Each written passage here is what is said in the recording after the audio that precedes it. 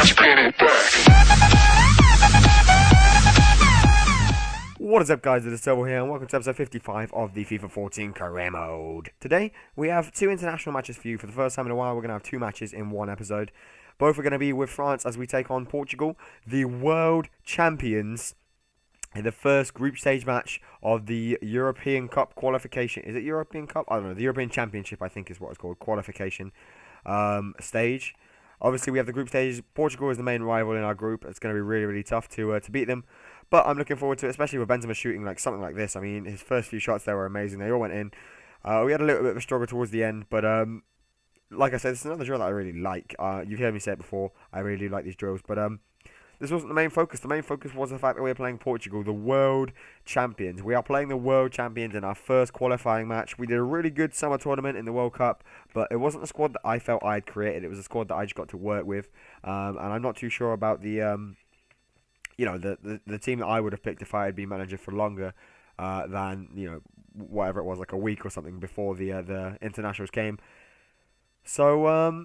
So yeah, that's the team I picked was a pretty strong team, and Villa in the middle, along with Cabaye. Obviously, Cabaye went to Real Madrid. I picked Ben Arfa, my Newcastle man, and I also picked this guy, the right back, Corchia. I think he's a very... Corchia?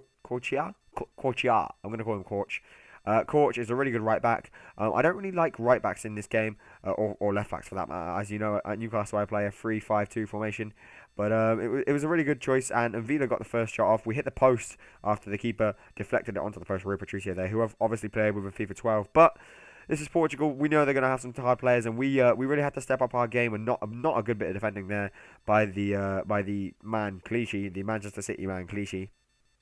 Gave the ball away, they got across him, but luckily my keeper managed to pluck it out of the air, so that was all good. My right back here, unleashing Hatem. Hatem's through, and here I expected a much better outcome than what was happening down the other end. Nasri, unleashed by Hatem Ben Arfa, he's going to cut back, whip it back post to Benzema, and Benzema's just going to head in the easy gone, 35th minute, and we have a 1-0 lead over Portugal, which is all we could have asked for.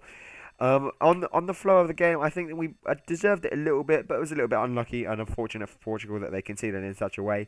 But it was a great ball by my right back to release Ben Arfa in the first place, so I'll give him that. And we did deserve it. I mean, Portugal didn't really have many chances, just that one cross earlier, but whatever. A few minutes later on, just after we scored our goal, Nasri was through once again. He took the shot early, and Rui Patricio met and equalled it. And I was really glad for him.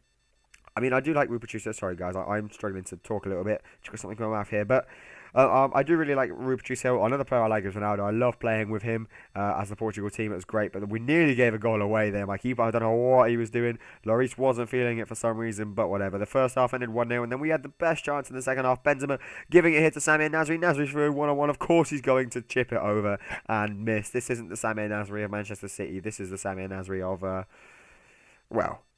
some crap team, really. I don't know where I was going with that. Ben Arfa on the ball, a lovely step inside, and he just rockets that one into the far corner in the 52nd minute. We have a 2-goal lead, a 2-goal cushion against Portugal, and Portugal hadn't really threatened the whole match. The only real chance they had is that Ronaldo shot that went over the bar late on in the first half.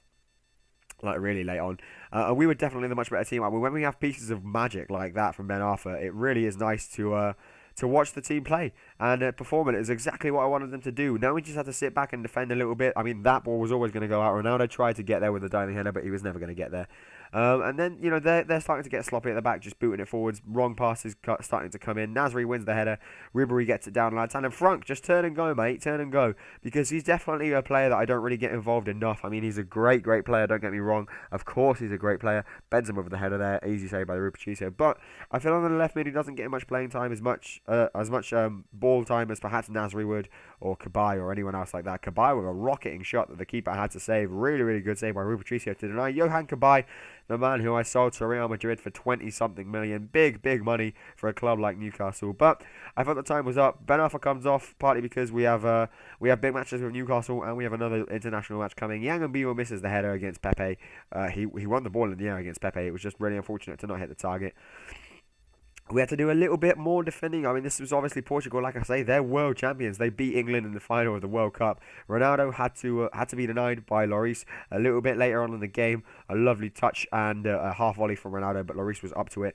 And Lloris pretty much, well, it's not actually Lloris, it's Mondondo. I forgot because Lloris got injured So Lloris wasn't actually playing this game. So Mondonda had a chance to show me what he could do, and he really has been taking it so far. But then Ribery was finally unleashed by Clichy, and a wonderful, wonderful shot. All the ball mechanics that we implemented in, well, not the EA implemented into this game. Going on show there, as in the 90th minute, Frank Ribery seals the deal. We get a 3-0 win over Portugal. I can't explain to you how much of a good result this is. This is the equivalent of beating Spain. Portugal are the world champions, and we have just beaten them 3-0, comfortably 3-0. Like, it's great. It's great. It really, really is great. It's a good start to our campaign as well. And some good player performances, some good individual performances. But most importantly, really, is the team performance. The fact that the team worked together to get that win was so, so good. We head into the next match knowing that. Lloris is actually back for this match. I gave him a chance to show what he's worth. He had a little bit of a niggle, but now he's starting. And now we have Northern Ireland. We are away, of course, but we're France. Coming off a 3-0 win against Portugal. Well, coming off a 3-0 win against any European and world, well, just European, just world champion, I think, yeah. Anyway, my point is, if you win 3-0 against any European, I keep saying European, any world champion, you're going to do really well in the next match. That's just how you feel. You're confident. Your team's all in good form. And Nasri finally makes up for that chip last match even. And in the 42nd minute, he scores after Northern Ireland had a little bit of a chance themselves. Actually, it was quite a big chance. Our defence was split open, but luckily their man missed. Samir Nasri didn't miss on this occasion, although he's not very consistent, is he? Giroud was actually playing up front. And as you can see, the wonderful man put a ball over the top to Nasri, and that was it. And the reason I'm playing Giroud and maybe a few less of my Newcastle players is because we have a big match with Giroud there. I don't know what he's doing. Initially I thought the ref blew for a free kick against Giroud, but whatever. We have a big match on at the weekend with Newcastle, so I want to make sure that my Newcastle players are all fit. And having said that, I don't really care if the rest of the French players in the Premier League play, because that's just an advantage to me. Giroud, the poacher, being the poacher that he is, managed to get a 57th minute goal. He really should have scored the first opportunity, but when the ball came back to him, I expected him to put it into the back of the net, and he did wonderful work by Mvila, who of course I wanted to sign, but we didn't quite manage. But we got Yaya Toure instead. Who wouldn't want Yaya Toure as a replacement?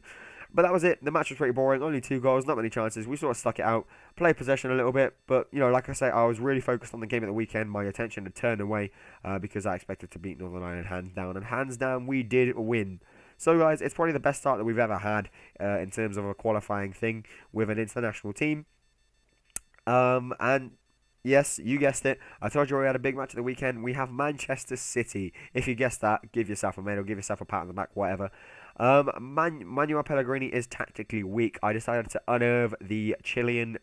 Well, I was going to say technician. He's more of a. I don't know. He's a manager. The Chilean manager. I decided to unnerve him. Kabay, unfortunately, is not adjusting to life at Real Madrid. I would have loved to have him back in my team right now, but whatever. We can sell him. He'll go on to be a good player at Real Madrid, I'm sure. He's just not feeling it right now. Anyway, guys, thanks for watching this episode. We sit atop of our group in the European qualifiers. 3 points ahead of everyone else, but then again, it's early days. Only Hungary are the only team to have lost 2 games. So yeah, guys, thanks for watching this episode. Hope you have enjoyed it. Leave a like if you have, and I will see you in the next episode. Bye. Man City away. Ooh.